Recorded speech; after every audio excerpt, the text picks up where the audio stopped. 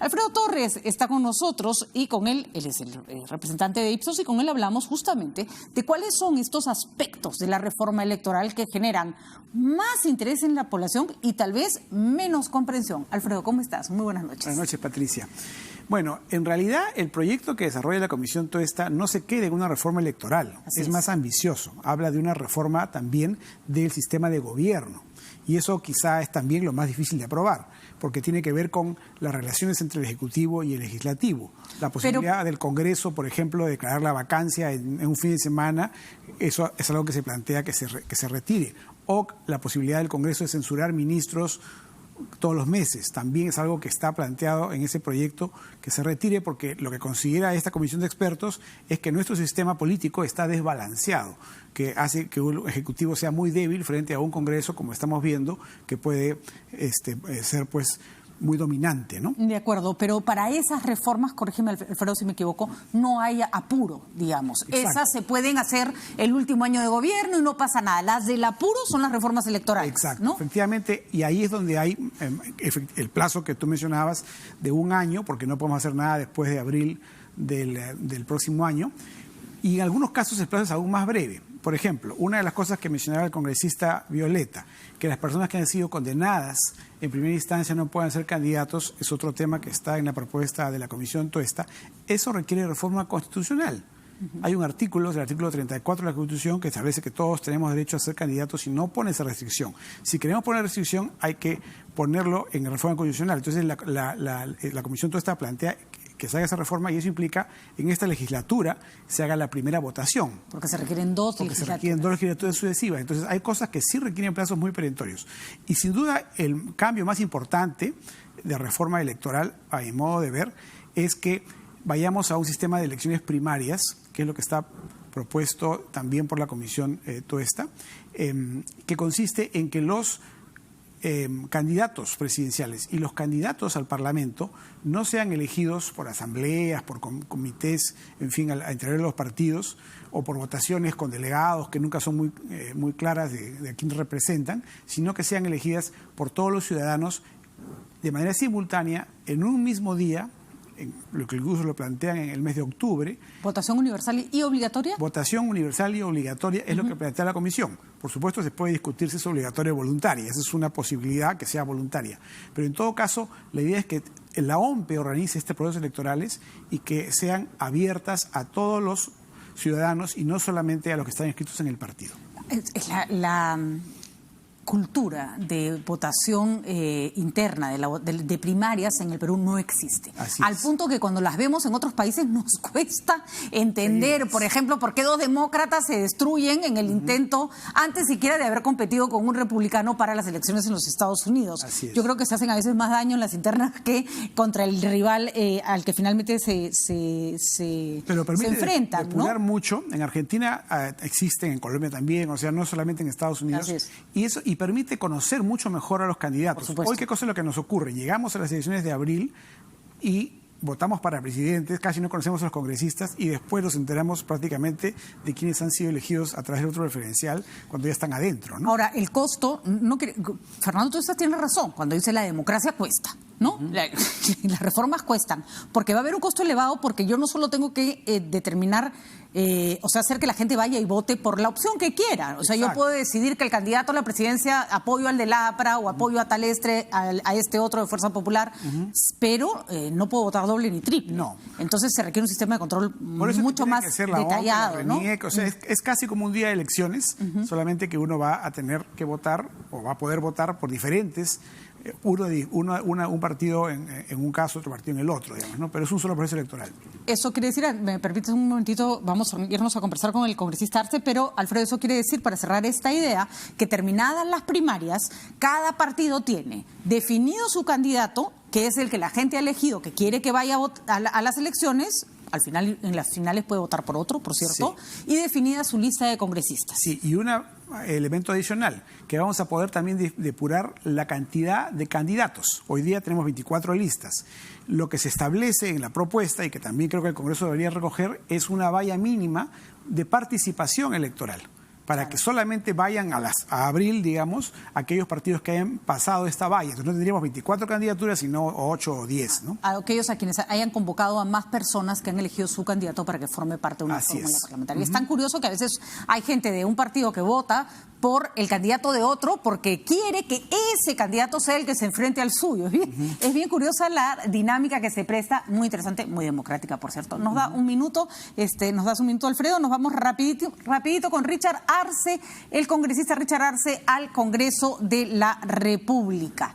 Él está conectado con nosotros en este momento y vamos a conversar sobre la última decisión que se ha tomado en el caso de las Bambas. Se ha liberado a uno de los hermanos Chávez Sotelo, que era lo que la población esperaba para poder continuar con las negociaciones. Sin embargo, todavía hay amenazas y todavía hay presión fuerte de la comunidad, cada vez más fuerte, para retomar el cierre de las vías si es que no se cumplen con todas sus demandas. Congresista Arce, usted ha estado muy involucrado en el tema. Nos interesa rapidito que nos explique cuáles son las condiciones que se están dando para este posible diálogo o de pronto las cosas van a empeorar.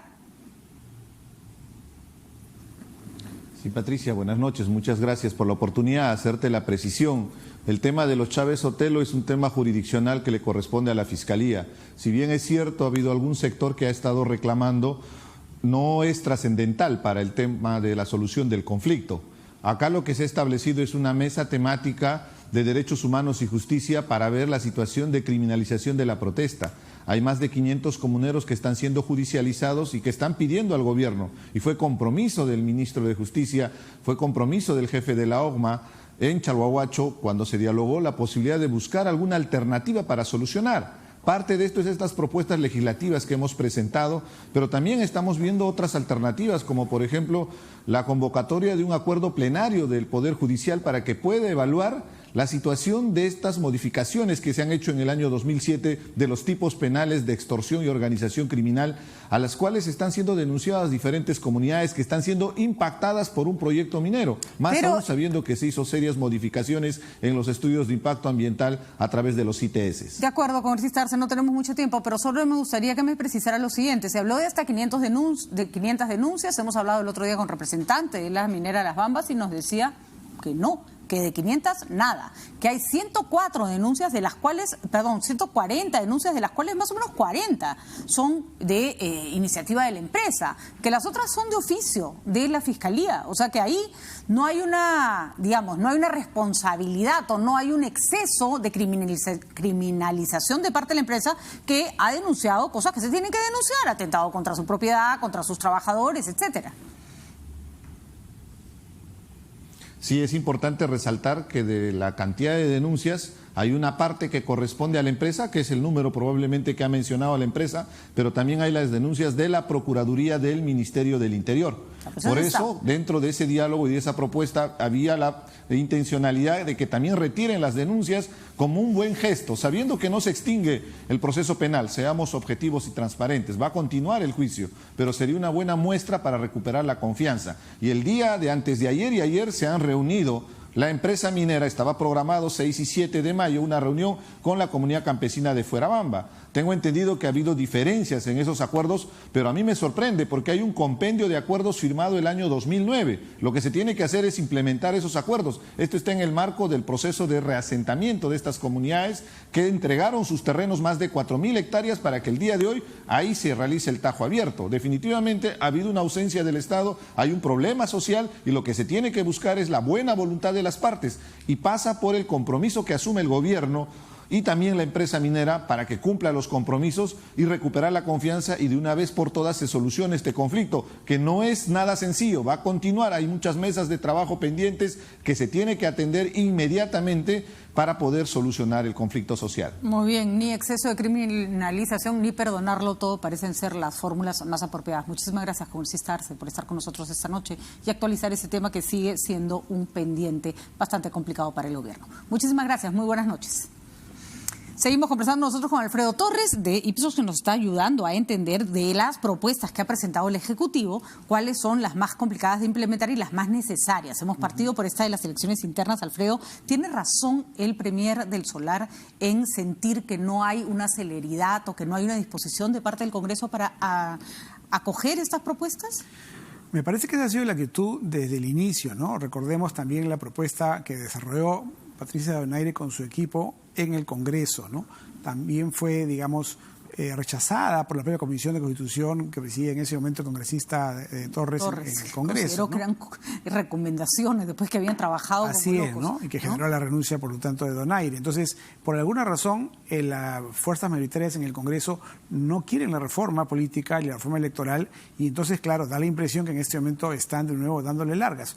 A mí me parece un grave error, porque evidentemente las reformas tienen que ser aprobadas por el Congreso. Los congresistas, ahí quizá Violeta está haciendo lo correcto, tienen que tomarse esta bandera. Pero naturalmente quienes tendrían la mayor responsabilidad son los congresistas que tienen la mayoría en el Congreso. Si ellos toman esta bandera, puede incluso recuperar algo de la imagen perdida, ¿no? De acuerdo. Con la actitud que tienen, efectivamente el mayor riesgo que tenemos es que no ocurra nada y que volvamos a tener en las próximas elecciones un proceso muy similar al anterior con resultados igualmente deplorables, ¿no? Y sin esta suerte como de sentido de urgencia que nos ha puesto esta lucha anticorrupción, que hay que decirlo, es un contexto que debiera favorecer avanzar en este sentido. Otro aspecto, ¿no? De elecciones internas, nos dices, Alfredo, es uno de los más importantes, más innovadores, que tendría mejores resultados. ¿Cuál es otra reforma urgente que no podría dejarse de lado? Bueno, el tema de luchar contra la corrupción, justamente, ¿no? Este hecho de que una persona que ha sido condenada en primera instancia no pueda ser candidato, porque algunos de estos condenados en primera instancia van al Congreso precisamente para buscar después la impunidad, ¿no? Y tratar de quedarse en el Congreso y de esa manera retrasar una posible pena mayor, ¿no? O una posible segunda instancia en contra. Eso debería hacerse y eso, como decía, requiere reforma constitucional. Luego está todo el proceso de una hoja de vida mucho más detallada con todos los antecedentes penales que pueda tener uno de los candidatos, cada candidato, y el mayor control a cargo de los organismos electorales, mayor control de los gastos de campaña. Actualmente se reporta después. Sí, eso es absurdo. Y además es absurdo porque a leguas te das cuenta que no encaja lo que te han dicho con lo que se ha gastado. Claro, ¿no? Y en realidad, si uno hace un buen control, como haría en cualquier, digamos, institución, empresa o una auditoría, hay pues tarifas establecidas. Sabemos cuánto son lo que cuesta un pasaje, cuánto cuesta se puede establecer hasta cuánto cuesta un meeting o cuánto cuesta un aviso en el periódico, etcétera. Entonces, es fácil llegar a un estimado y darse cuenta si el partido está gastando más o de menos. Cuando se hace bien el control de gastos, por lo tanto, se puede también llegar al control de ingresos, porque hoy día lo que hacen muchos partidos es que simulan que tienen mucho menos ingresos y lo único que hacen es declarar que han tenido menos gastos y con eso cubren la pantalla. O sea, se construye una historia que no es real.